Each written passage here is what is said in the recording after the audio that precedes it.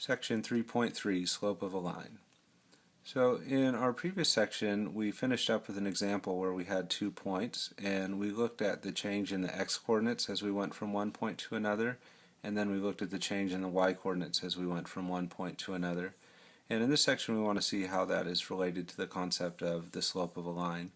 So we're going to start out by looking at just kind of a more real-life example. We have ski run A that declines steadily for 90 yards over a horizontal distance of 500 yards, and ski run B declines steadily for 130 yards over a horizontal distance of 650 yards.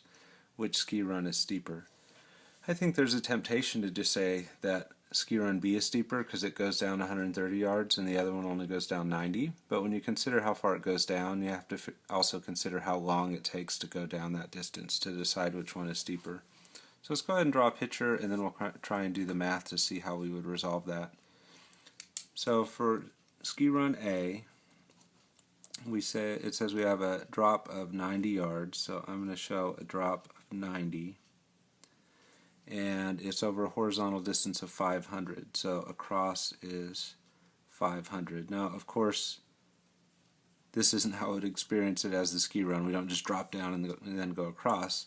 We're going to be taking a path more like this, so we're trying to figure out how steep this line is, but we're going to decide that by looking at these two components. How far did you go down and how far did you go across? So let me draw the picture for B as well, and then we'll start making the calculations. On B it says we go down 130, but that's over a distance of 650, so that'd be a little bit farther than on our last one. And then again, this is the actual ski run kind of going at that angle, but we're going to want to use these two pieces to figure it out. So just the way I drew the pictures, it actually looks pretty close, and I don't know, maybe this one looks a little shallower and that one's steeper. I'm not sure. They're real close, and plus my picture's not perfect, so I want to use the math to decide. So the way we do that mathematically is we take the change in the vertical direction and divide that by the change in the horizontal direction. So since run A is going down 90, the vertical change is 90 and the horizontal change is 500, and we're going to do it in that order. And then the other thing that's worth noting is we usually say if something's going down that's a negative, so we could put a negative 90 on there. That's not terribly important on this one. When you think about just which is steeper, you take the absolute value anyways, but it's kind of a good habit if you're thinking of a downward motion that you think of it also as a negative. And if we did that same calculation for the other one, then we'd say we went down 130 and that happened while we went across 650. And you'll see that what we're going to use to decide which one's steeper is we're going to say whichever one of these numbers has the bigger absolute value, that's the steeper one. So I'll go ahead and put the absolute value on there. We're not worried about the sign, so that would get rid of it. And when I look at those two fractions, it's still actually hard to decide which one's steeper. But what would make that easier would be going to a decimal form. So let me just go ahead and show you that.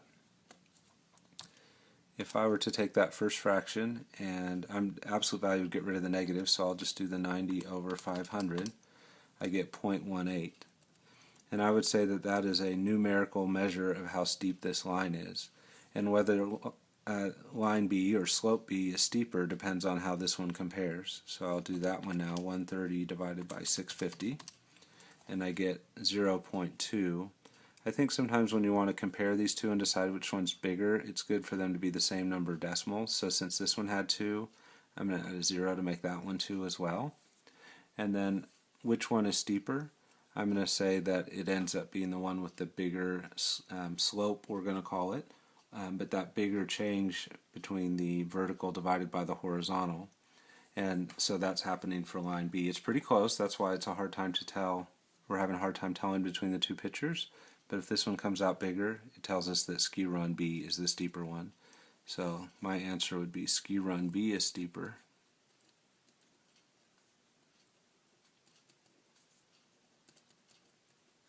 And the reason I want to give is that it has a bigger or a larger slope.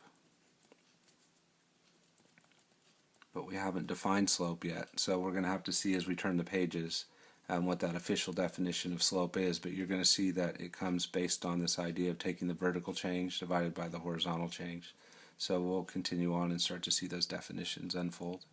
So in that previous example, we were comparing the steepness of two objects. In that case, they were ski runs, and this is telling us the official kind of policy on that. To compare the steepness of two objects, compute the unit ratio, vertical distance over horizontal, and notice it says the unit ratio, so that would explain why I divided it to a decimal, so that way I'm thinking of them as over 1, so that they have kind of the same denominator. Do that for each object, and then whichever object has the larger ratio is the steeper object. When you're thinking about steepness, I would add this note: you want to ignore the sign. When you're saying which one is steeper, we don't care whether the slope is coming out negative or positive, but just which one has the bigger absolute value to its number. So let's go ahead and see how that relates to just kind of the abstract idea of a couple points forming a line, and then turn that into a formula that we can use for those. So this one says, let's plot the points 3, -4, and 5, 2, and let's calculate the steepness of the line connecting the 2 points, and what is the slope of the line connecting the 2 points. So first I want to plot those, and my grid goes 7 in each direction, and I don't have any numbers bigger than 7, so I'm just going to number in ones. Always good to throw a scale on there, so I'm numbering in ones in every direction. So I'll just establish that by doing a few tick marks and labeling at least one number on each axis, and I'll do that in both the positive and the negative direction. And then now we want to plot that point, so over 3, down 4, so that would be right here, and then over 5 and up 2, so over to 5 and up 2. So there's the 2 points, and it says calculate the steepness of the line connecting the 2 points. Well, there's not actually a line connecting them, so we can fix that. We'll draw that in. It's possible to calculate the slope without actually having a physical line drawn in, but it's kind of nice to think about the object. So there's the line. Just thinking of that ski run example from a minute ago, that looks like a pretty steep line. So let's see how steep it is. And we'd want to do that same idea that we did on the ski run. How far across is it? And how much of a vertical change is it? That is happening between this point and that point. And it looks like the horizontal change is over 2, so I put 2 right there. And for the vertical change, I'm going to go ahead and use this other color so it doesn't get mixed up with that 5. And we have 1, 2, 3, 4, 5, 6 squares worth of vertical right there on this section. So 1, 2, 3, 4, 5, 6. So that vertical change is 6. So we went over 2 and up 6. And if we did the same math that we did on the ski run problem, we would take the vertical change and we would divide that by the horizontal change. And the vertical change is 6, and the horizontal change is 2, and so we'd have 6 over 2, which is 3. And it asks how steep, calculate the steepness of the line, and I would say the steepness is 3. They also asked what is the slope. The steepness and the slope are essentially the same, so I would say the slope is 3 as well. With steepness, I wouldn't worry about a sign. If it came out negative, like on the ski run problem, I would just take the absolute value. With slope, I would have a sign on there if it was appropriate. This went to the right, positive, and up, which is positive, so I think it's appropriate to have a positive 6 over positive 2 and a slope of positive 3. Now on this one I just did that by counting squares over 2, so that's where the 2 came from, and up 1, 2, 3, 4, 5, 6, so that's where the 6 came from. But there's going to be problems where those numbers are messy and they're not a whole number of squares and there's fractions and decimals involved.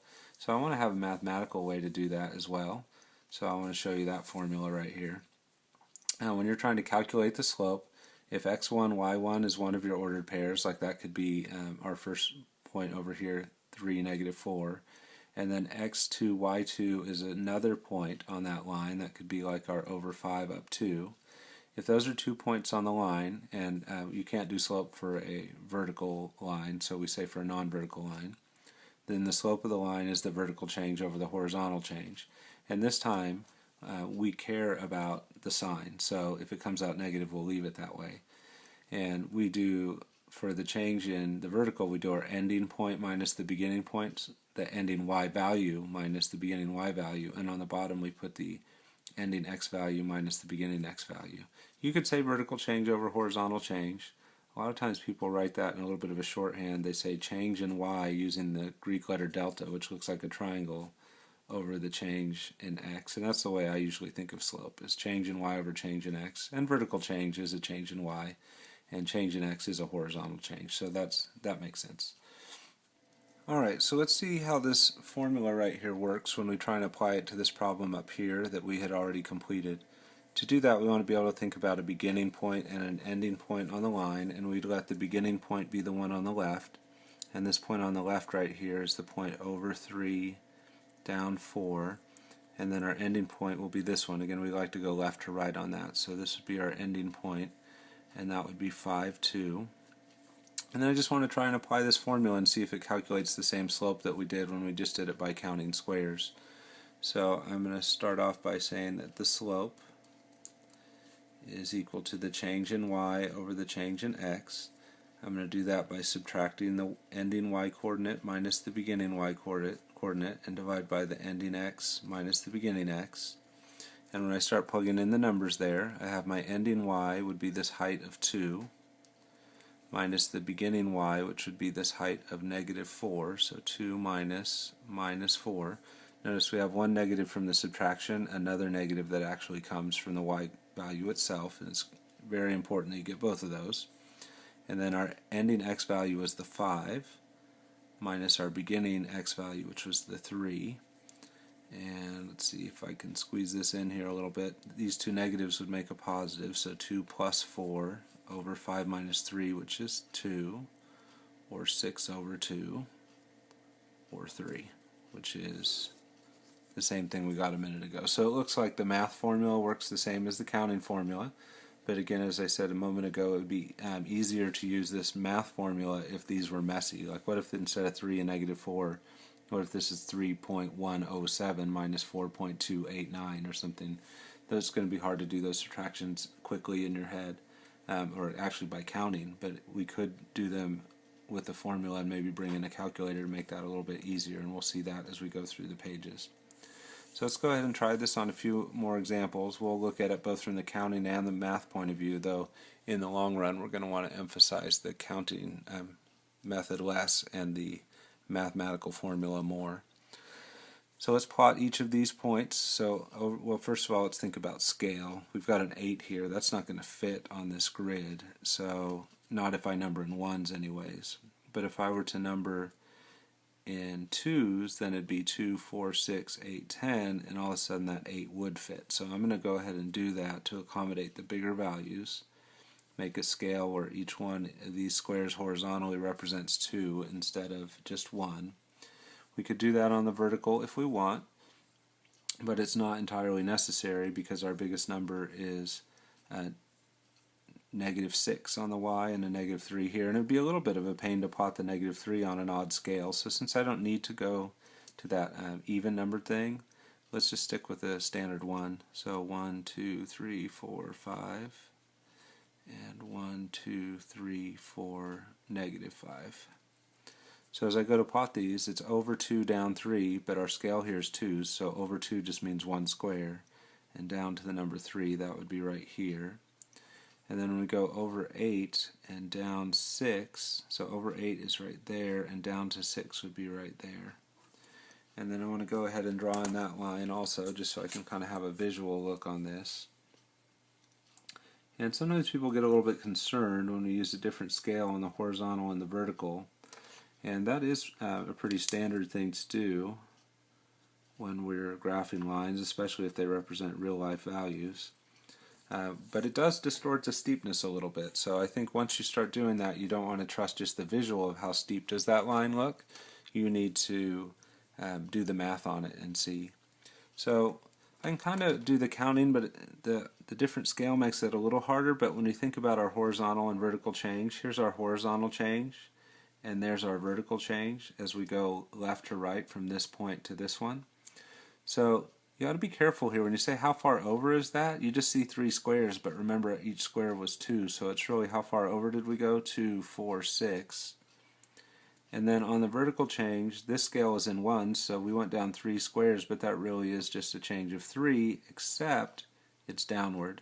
So a downward change we would call negative 3. So if I use that method of the doing the slope, just the counting method, then I would say that my change in y over change in x, which is the slope, is the change in y was this vertical, which is negative 3, and the change in x is the horizontal, which is that 6, and you could reduce this because 3 goes into 6 twice, so that would be negative 1/2 for a slope. And that is a little tricky to do when you have to count each square, and there's 3 of them, but you have to remember each square is 2. That makes it a little harder for the counting method. So what about if we did it just by looking at these numbers, kind of forgetting the graph for a moment and just following the formula? So we try change in y over change in x. That'd be the ending y minus the beginning y over the ending x minus the beginning x. And our ending x would be the one further to the right, which is this one, so I'm going to do that as my ending point. And the ending y value there is negative 6 minus the beginning y value, which is negative 3. And then on the bottom I want the x values. My ending x is an 8 from right there, minus the beginning x, which is a 2.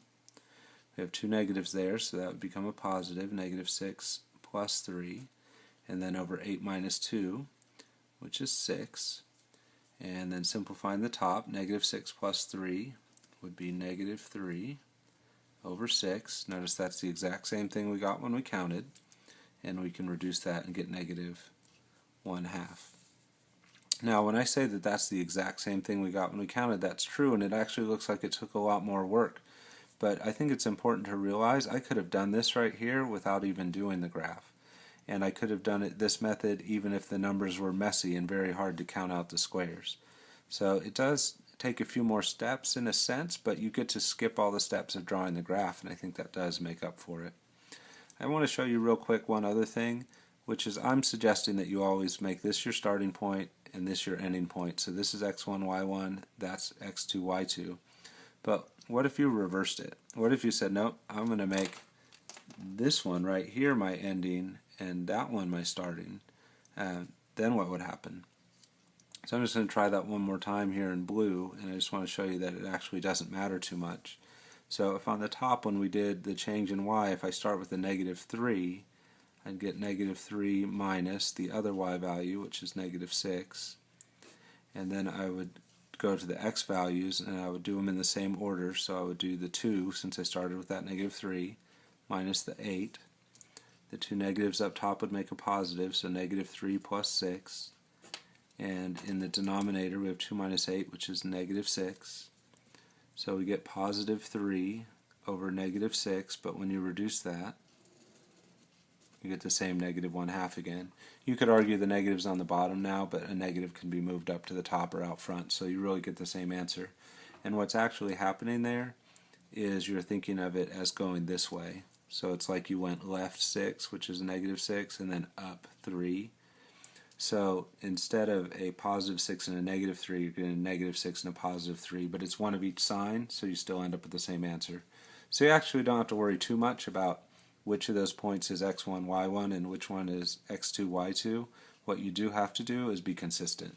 If you start out on this one using this y value in the numerator, then you have to use the x from the same ordered pair in your denominator when you start. When I switched and decided to start with that y value right here, I had to switch in the denominator and start with that x value right there. As long as you're consistent, it should work out either way. Continuing on to page 10 here, I just want to show you a couple special cases on this.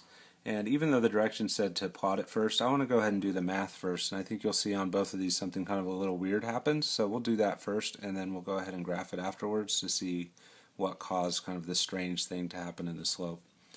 So I'm going to go ahead and think of this one as my starting point and this one as my ending point. And I'm going to do the slope is change in y over change in x. Since this is my ending point, I'll start with that y value. So negative 6 minus this y value, which is also negative 6. And then in the denominator, since I started with this y, I'll start with that x and subtract this x value from the starting point, which would be minus 4. And in both cases we get the double negative, so I'll simplify that. Negative 6 plus 6, and on the bottom 3 plus 4. But on the top we have this negative 6 plus 6, so we end up with a 0. On the bottom we have 7, but that doesn't matter too much what that is. We have a 0 on the top, so the overall fraction turns out to be 0. So that's our slope. So how steep is a line? has a slope of 0? Well, my intuition would say probably not very steep at all, because any other line you compared to it, when you took the absolute value, would have a bigger number than this. So this must be like as not steep as a line can be. So what does that look like? All of our numbers are less than 7, so we could do a scale of the standard 1. 1, 2, 3, 4, 5. 1, 2, 3, 4, 5. 1, 2, 3, 4, 5 in the negative direction, and 1, 2, 3, 4, 5 in the negative direction. And let's see, left 4 and down 6. And then this one's right 3, but also down 6. So there's 2 points on the line. And now we could go ahead and connect that with our ruler. And what we see is that, no, that line's not very steep at all. We started off this discussion thinking about a ski slope. Well, I'm a snowboarder and I hate slopes like that, because if you stick me on that, I'm not going to move anywhere unless I take one of my feet out of the bindings and start pushing, because there's no steepness to that whatsoever, and we would say that that has a slope of 0. Alright, so that's one of our special cases, and that's a horizontal line. So a horizontal line always ends up with a slope of 0 or a steepness of 0. So let's look at this other one, see what happens with it. And again, I think we'll see that something again a little strange happens. So we're trying to calculate that slope. So we're going to do change in y over change in x. And again, it doesn't matter too much, but I'll say that this is my starting point, this is my ending point. And so I'll start with this y value minus that one over this x value minus that one.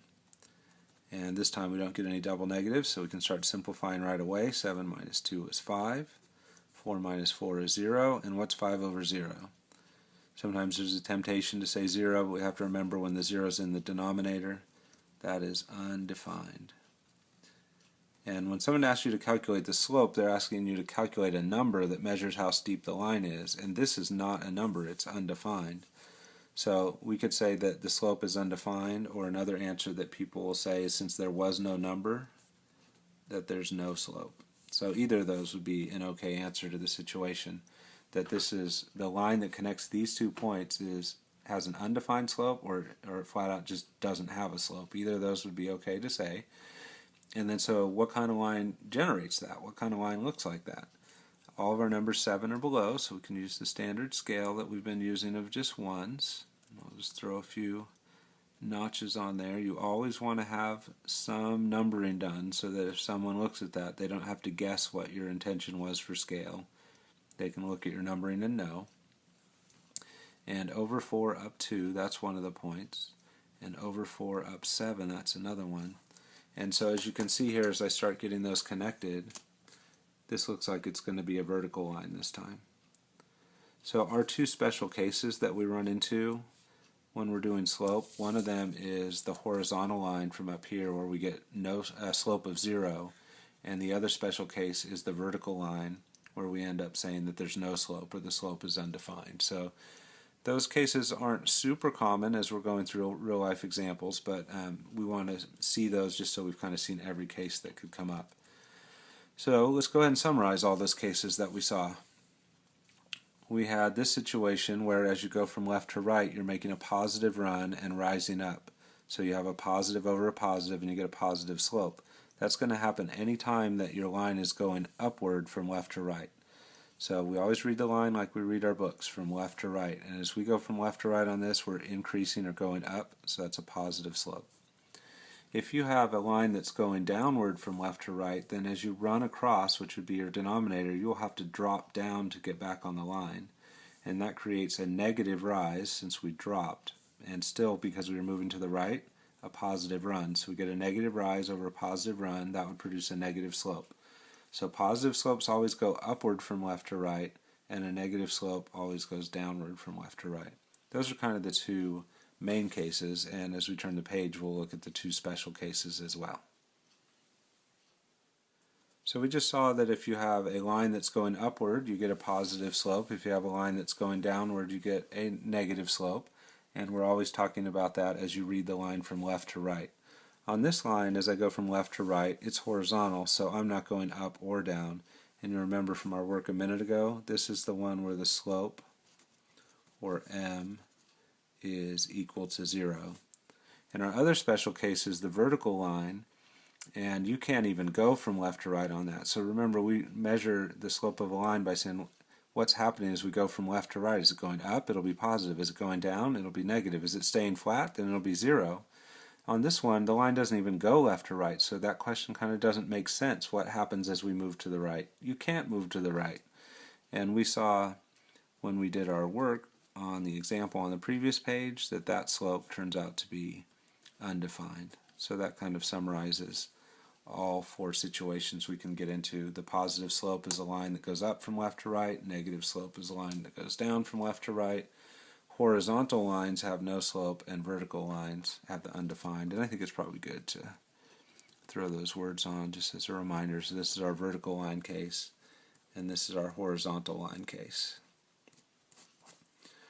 Alright, so that kind of covers everything, but I want to go ahead and show you just a couple more examples. One of them I want to show you is one with messy numbers, because again, when we start going to the real life situations, and especially when we get into a stat class, it's going to be really common for our numbers to be messy. And when that happens, we're not going to want to draw the picture and try and count how far is it from here to there with messy numbers like that. But we can still use our formula and calculate it out. So let's use our calculator to calculate the slope of the line that goes through these 2 points. I'm going to make this one right here the starting point, and this one the ending point. We saw in an earlier example, though, it really doesn't matter which is which. You just want to kind of have it labeled so that you can remember what order you're doing things in. And then I would say my slope is going to be my ending y. So let's just remind ourselves of the formula, y2 minus y1 over x2 minus x1. So that means the ending y, negative 2.27, minus the beginning y. So remember, this minus is from the formula. Our y value over here is negative, so we're going to have a double negative situation. And then that's going to be over the ending x value. Being consistent, I started with this y, I need to start with that x. So negative 9.64 minus the beginning x value, which is a negative 4.97. One of the most common mistakes here is to just put 1 minus. There's a negative from the formula or subtraction from the formula. There's also a negative from the number, so we get a double negative. So actually it would be perfectly fine to put it in the calculator just like this, but I'm going to go ahead and do one step of simplification first. I'm going to go ahead and take those 2 negatives and turn that into a positive. And I'm going to do the same thing in the denominator, take those 2 negatives and turn that into a positive. And at this point, I'm going to stop simplifying by hand. I could go on and try and add these 2 together and then do the division, but I'm going to let the calculator take over. One of the things that I mentioned in a previous section is that anytime you have more than one number divided by more than one number, and you're going to go to the calculator, you need to put parentheses around the numerator and denominator if they have more than one number in them. Both of these do have more than one number, so I need the parentheses around both. And then this is a pretty messy division, so we'll most likely just get an approximation. So let's look at the directions real quick. Round the answer to the second decimal place. So the directions are even anticipating that this is going to be messy, and so we'll round it off to 2 decimals. So let me go ahead and show you how I would enter that in. I need those parentheses that I've kind of added in blue. You don't need them when you write the fraction, you do need them when you go to the calculator. So negative 2.27 plus 3.25, and that starting and ending parentheses to match these, and then divided by beginning parenthesis for my denominator, negative 9.64 plus 4.97, and then the ending parentheses. So the parentheses making sure I'm doing the whole numerator divided by the whole denominator. And this is what I get, and the directions on that said to round that to the second decimal place. So I have negative 0.2, that's 1 decimal place. The second one is a 0 but followed by a 9, so I'd need to round that up. So that would be my slope. And again, I have a feeling it'd be very hard to draw a picture and count that out and still come up with that number just right, but the math still works, and it works fairly easily if you add in the calculator step to finish it off. And then the last question they had is the line increasing or decreasing. Well, one of the things we just went through is this idea that you can tell which it is by the sign of the slope. We have a negative slope here, so I would say that the line is decreasing. And it says to explain, and I would say because the slope is negative.